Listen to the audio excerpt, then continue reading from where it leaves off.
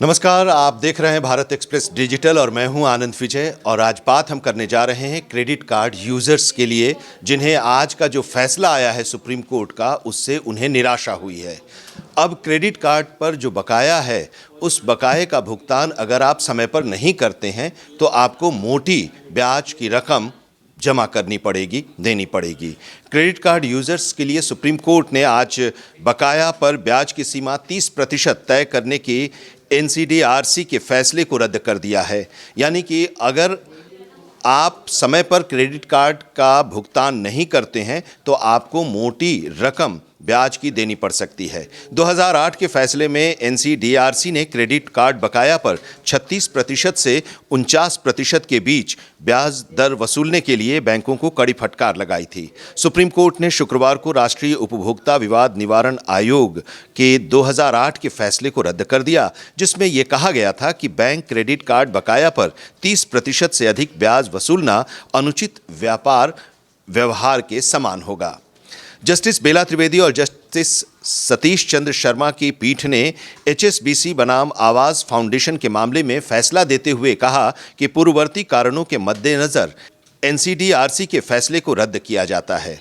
फैसले की विस्तृत प्रति की फिलहाल पर प्रतीक्षा है और इसके बारे में इसकी जो विस्तृत प्रति आ जाएगी तो फिर इसको विस्तार से भी हम समझाएंगे आपको कि ये जो फैसला है उस फैसले में आगे क्या कहा गया है क्रेडिट कार्ड यूजर्स के लिए जो समय पर भुगतान नहीं कर पाते हैं।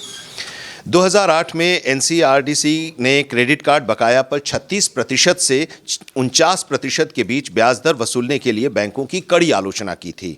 उपभोक्ता फोरम ने माना था कि भारतीय रिजर्व बैंक यानी आरबीआई इस प्रथा को विनियमित करने में विफल रहा है। और चलिए हम आपको बताते हैं कि एनसीडीआरसी ने क्या निर्देश दिया है। नियत तारीख पर पूरा भुगतान करने या न्यूनतम देय राशि का भुगतान करने में विफलता के लिए बैंकों द्वारा क्रेडिट कार्ड धारकों से 30% प्रति वर्ष से अधिक की दर से ब्याज वसूलना एक अनुचित व्यापार है। डिफॉल्ट की एक अवधि के लिए दंडात्मक ब्याज केवल एक बार लिया जा सकता है और इसे पूंजीकृत नहीं किया जा सकता है। मासिक अवकाश के साथ ब्याज वसूलना भी एक अनुचित व्यवहार है। इसलिए बैंकों को यह निर्देश दिया जाता है कि वे उपरोक्त अनुचित व्यापार प्रथाओं में शामिल न हों या उन्हें न दोहराएं। एनसीडीआरसी ने पाया कि भारतीय रिजर्व बैंक ने क्रेडिट कार्ड सहित क्रेडिट सुविधाओं पर बैंकों द्वारा ली जाने वाली ब्याज दरों को सीमित करने के लिए विशिष्ट दिशा निर्देश जारी नहीं किए हैं। विनियमन की इस कमी ने बैंकों को उच्च ब्याज दरें निर्धारित करने की अनुमति दी, जिससे संभावित रूप से उपभोक्ताओं, विशेषकर कमजोर वित्तीय स्थितियों में उपभोक्ताओं का शोषण हुआ। आयोग ने कहा कि ऐसी प्रथाओं को उपभोक्ता संरक्षण अधिनियम के तहत अनुचित व्यापार अभ्यास माना जा सकता है। एनसीडीआरसी ने वित्तीय संस्थानों को अत्यधिक ब्याज दरें वसूलने से रोकने के लिए नियामक निरीक्षण की आवश्यकता पर जोर दिया है, जिससे उपभोक्ता शोषण हो सकता है। इसमें इस बात पर भी जोर दिया गया है कि एक कल्याणकारी राज्य में वित्तीय संस्थानों को उपभोक्ताओं की वित्तीय कमजोरियों का फायदा उठाने की अनुमति नहीं दी जानी चाहिए। आयोग ने यह भी बताया है कि हालांकि कुछ राज्यों में साहूकारों को एक विशेष ब्याज दर से अधिक शुल्क वसूलने से रोकने वाले कानून थे, लेकिन राष्ट्रीय स्तर पर बैंकों और गैर बैंकिंग वित्तीय कंपनियों यानी एनबीएफसी के लिए ऐसा कोई विनियमन नहीं किया गया था।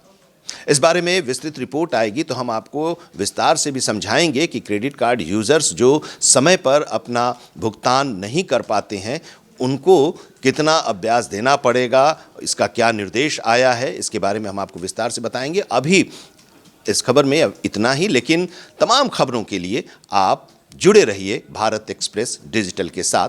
तब तक के लिए दीजिए इजाज़त। नमस्कार।